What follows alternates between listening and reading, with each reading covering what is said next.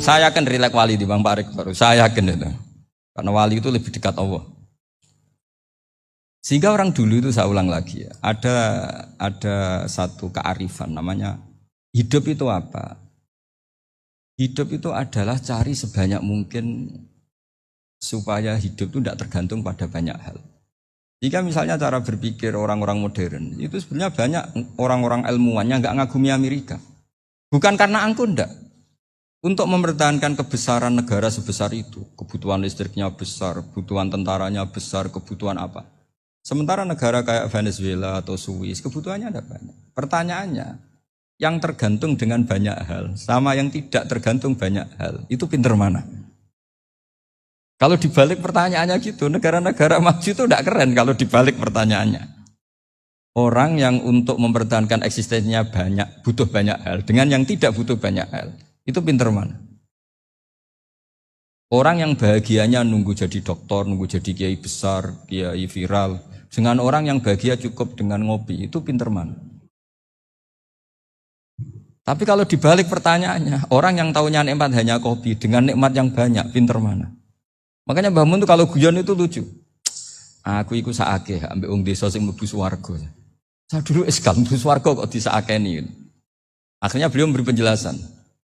Wong desa iku roe pakanan enak, iku mau kopi mbek uduk. Lah swarga iku mau nuruti sing dikarepno. Akhirnya wis mau mangan, wis ngopi, nguduk, ngopi. Wong ora roh pakanan liyane iku ora roh. Nasi mandi ya ora roh, pizza ya ora roh apa-apa. Terus saya bilang, wah lah niku nak nganti selera tentang wanita cantik. Iku juga sederhana. Rontok pesek ya wis cantik, rontok ireng ya wis. Apa bidadarinya seperti itu karena saking enggak pengalamannya. Jadi surga itu kan nuruti apa yang diinginkan. Kira-kira keinginan orang kampung kalau di surga itu apa coba? Makanan apa coba? Nah, iku nak senengnya ketemel gemblong itu. Artinya malaikat lebih suka nangani surganya orang-orang kampung timbang Pak Rektor. Ini sudah ribet ini. Makanan apa saja sudah pernah dicoba ya.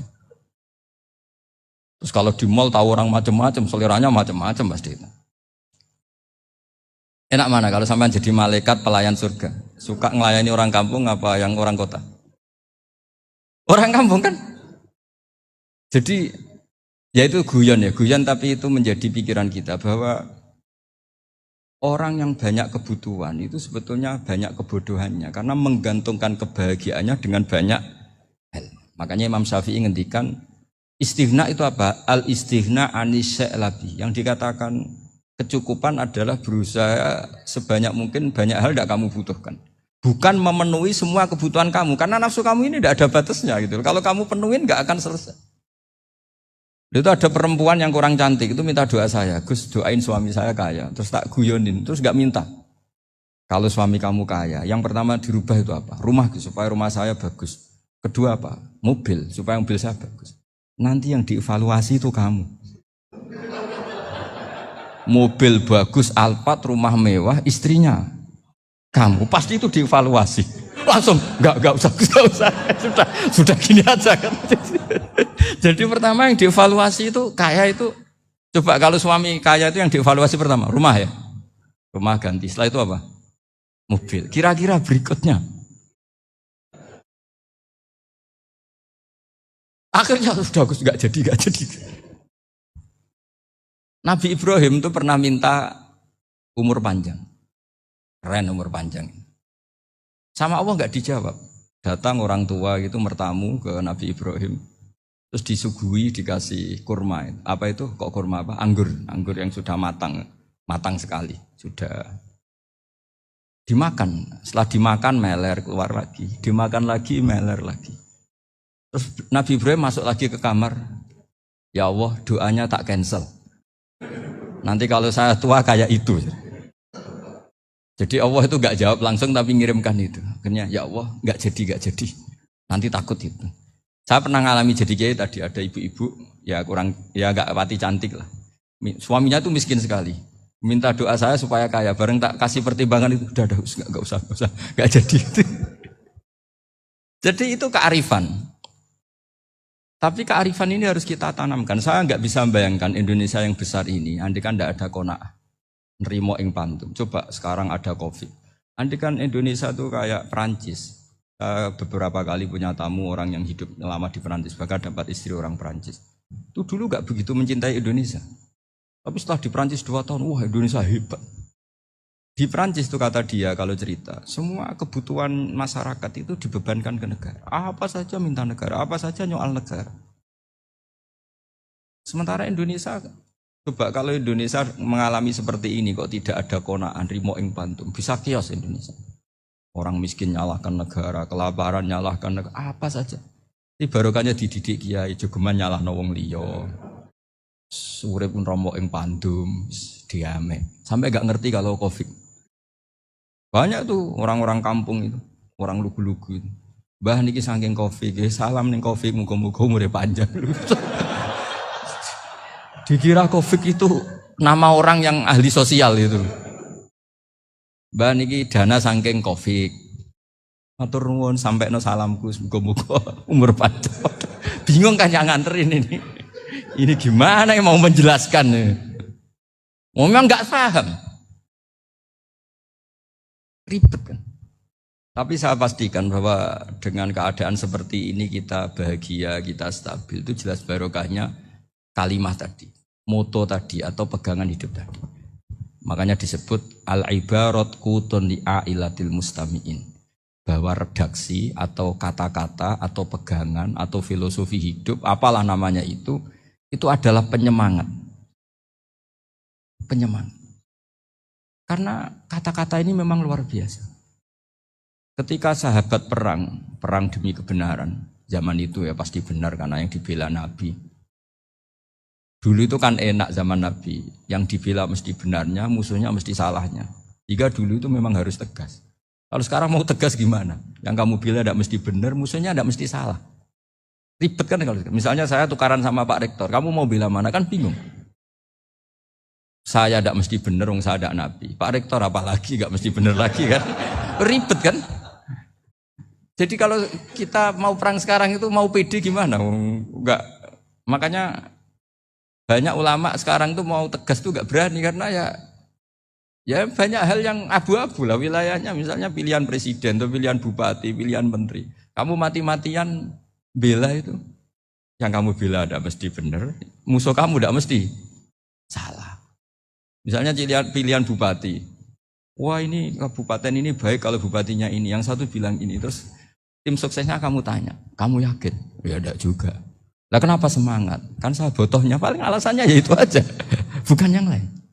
Beda dengan zaman Nabi, Nabinya mesti benar, Abu Jahalnya mesti salah, kan enak aturan mainnya jelas. Singkat cerita dalam perang itu banyak sahabat yang ngalami luka, ngalami apa gitu. Kemudian curhat lah ke Nabi, ya Nabi gara-gara derekkan jenengan, ngikuti jenengan saya harus ngalami seperti ini, seperti ini. Ngiranya orang itu diapresiasi sama Allah keluarnya. Ternyata sama Allah gak diapresiasi. Malah diturunkan ayat intakunu ta'lamuna fa innahum ya'lamuna kama ta'lamun wa tarjuna minallah malah yarjun. Kalau kamu sakit karena perang, orang-orang kafir itu ya sakit. Itu saja berani padahal demi kekafiran. Wa tarjuna minallah malah yarjun. Padahal kamu punya nilai lebih yaitu berharap kepada Allah yang mereka tidak punya. Saya jadi kiai itu ya kadang mangkel. Karena yang benci ya benci, yang seneng itu ngel-ngel loh kayak Pak Bejoy. Jadi semuanya ribet. Nah iya, yang benci ya ganggu, yang seneng ya ganggu, tambah nemen. Seribet. Tapi kalau sudah ingat bandar narkoba, mereka berhadapan dengan polisi, kadang ditembak karena kesalahannya terlalu fatal. Antar persaingan mereka juga bisa tembak-tembakan karena merebut pasar narkoba. Itu saja mereka berani. Kok kita yang jadi kiai kadang dicium tangannya, dihormati gak berani, hanya takut apa ya musibah-musibah kecil lah, atau problem-problem kecil. Nah iya, kalau kita bandingannya gitu. Kalau kamu mau tahajud kedinginan, itu masih nanti dihisab Allah itu gitu. Maling ayam itu keluar malam-malam, hanya dapat ayam. Itu gak takut dingin. Ya gak takut digebuki masa. Kamu mau tahajud saja takut dingin. Makanya nanti hisabnya orang soleh itu nanti dijajarkan orang dolim. Terus diperbandingkan. Wah itu habis kamu kalau itu. Jadi misalnya Unisula mau rapat, tapi ini malam, kalau malam dingin nanti saya masuk angin. Anak-anak pang di perapatan aja berani kamu. Kalau sudah perbandingannya gitu tuh ribet kita nanti. Makanya itu kalimat itu moto atau filosofi hidup. Sehingga diulang lagi nasihat itu. Iyam saskum korhun faqadu masal qoma korhum mislu. Kalau kamu kena luka, orang-orang yang enggak benar juga akan kena luka. Itu aja berani demi ketidakbenaran. Masa kamu demi kebenaran enggak berani? Akhirnya orang itu, ya itu kalimat, itu heroik. Makanya kita ini penting ya, makanya tadi himne Unisula dimulai kalimat thayyibah. Karena kalimat ini yang menjaga kita kalimat ini. Misalnya tentang Tuhan. Kenapa orang Islam imannya kokoh seperti ini, termasuk yang sudah hidup di Amerika, di Australia, di mana-mana. Itu ya barokahnya ajaran atau barokahnya kalimah. Saya sebut kalimah saya pakai bahasa santri. Karena la ilaha illallah itu dalam tradisi santri disebut kalimatu haqqin aliyah nahya wa aliyah namut wa aliyah nub'ats. Ada yang riwayat wa biya nub'ats insyaallah ta'ala minal aminin. Kenapa mereka di mana-mana meskipun sekolah di Amerika, di Australia, bahkan di Uni Soviet tetap mukmin? Itu barokahnya ajaran yang benar. Allah itu siapa? Tuhan. Tuhan itu sifat dasarnya apa? Awal. Dia harus wujud awal sebelum makhluk yang lain. Sehingga ketika ada negara yang maju, yang tertib, manajemennya tertib, masyarakatnya makmur, tapi punya Tuhan yang tidak seperti itu, tidak awal, itu sudah gak nyaman. Karena ndaklah keren Tuhan saya, karena Tuhan saya itu al-awwal, zat yang pertama. Tuhan saya keren lah, zat yang gak mati. Tuhan yang gak mati, yang gak pernah ngalami kematian. Sehingga tontonan atau yang dilihat kenikmatan-kenikmatan yang lain ini tidak mengubah dia pendirian tentang Tuhan. Karena mantapnya satu kalimat tadi bahwa Tuhan itu ya harus satu, harus awal, harus tidak mati, tidak rusak, tidak ngalami apa-apa yang membahayakan. Sehingga ketika ditawarin Tuhan yang lain meskipun menjanjikan secara finansial atau kemakmuran, mereka gak tertarik. Itu coba, itu barokahnya makmur apa barokahnya ajaran? Barokahnya ajaran, sering negara Islam itu kalah makmur dengan mereka. Tapi barokahnya ajaran ini tetap apa? Tetap Islam. Makanya Nabi Ibrahim, Nabi yang sukses bikin waja'alaha kalimatam baqiyatan fi aqibi. Sehingga kita ini bekti sama orang tua misalnya. Itu ya karena ajaran. Suwargamu itu karek wong tuamu. Nak wong tuamu ridho, Allah ridho. Nak ora ridho, Allah ora ridho. Ridho wa fi ridhol walidain wa sakhatu wa sukhtu wa fi sakhatil. Sehingga ketika ada orang tua yang agak brengsek gitu, anak-anak tetap hormat. Punya orang tua yang miskin, yang sudah miskin, tukang tombok nomor, banyak kan di kampung gitu. Ya tetap hormat. Coba kalau dari awal kita ngajari orang tua kamu hormati ya kalau baik, kalau enggak usah. Bisa geger Indonesia. Tapi barokahnya ajaran-ajaran itu Indonesia tertib karena ada ajaran. Nah ini di sini pesantren dan Unisula semua harus berkontribusi membuat ajaran yang benar itu adalah ciri utama Islam. Sehingga Islam ini dimulai dengan ajaran kalimatu haqqin alaiha nahya wa alaiha namut. Sehingga kita tenang seperti ini. Saya ini termasuk kiai yang tenang. Meskipun kata orang banyak saya ini kiai besar, tapi termasuk kiai yang paling tenang. Termasuk yang paling tenang. Karena saya ini pakai mazhab orang-orang hebat.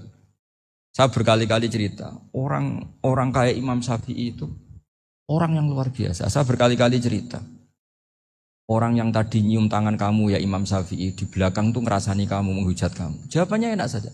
Berarti saya alhamdulillah orang yang wibawa. Buktinya di depan saya nggak berani. Jadi enteng saja.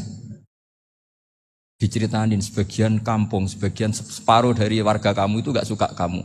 Ya bagus lah nggak suka saya, nggak akan utang duit saya. Di mana-mana orang utang itu karena teman dekat. Kalau nggak seneng pasti minimal nggak utang, nggak pinjam mobil, nggak pinjam apa. Berkah mana yang seneng sama yang gede?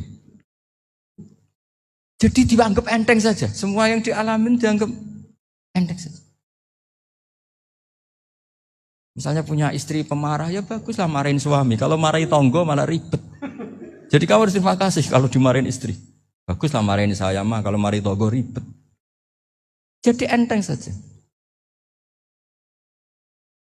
Tapi kita sekarang itu karena nafsu ya, sehingga menghadapi hidup ini ribet. Ulama dulu kalau mau mati itu senengnya bukan main. Sudah lama saya ini ingin gak maksiat. Kayaknya gak maksiat paling efektif itu mati. Ya tidak apa-apa Gusti, kalau sebaiknya mati ya mati aja.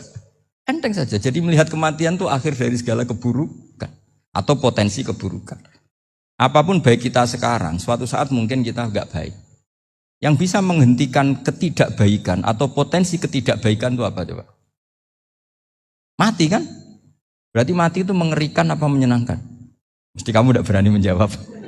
Meskipun secara ilmu kamu berani, tapi secara rasa agak berani kan? Saya ulang lagi ya. Yang bisa menghentikan keburukan atau potensi keburukan itu apa coba? Apa? Kematian. Berarti kematian itu menyenangkan atau menyusahkan? Apapun kamu tidak berani jawab karena kamu agak-agak duniawi itu kelihatannya. Tapi secara ilmu, kamu tahu kan kalau mati itu tidak buruk-buruk banget.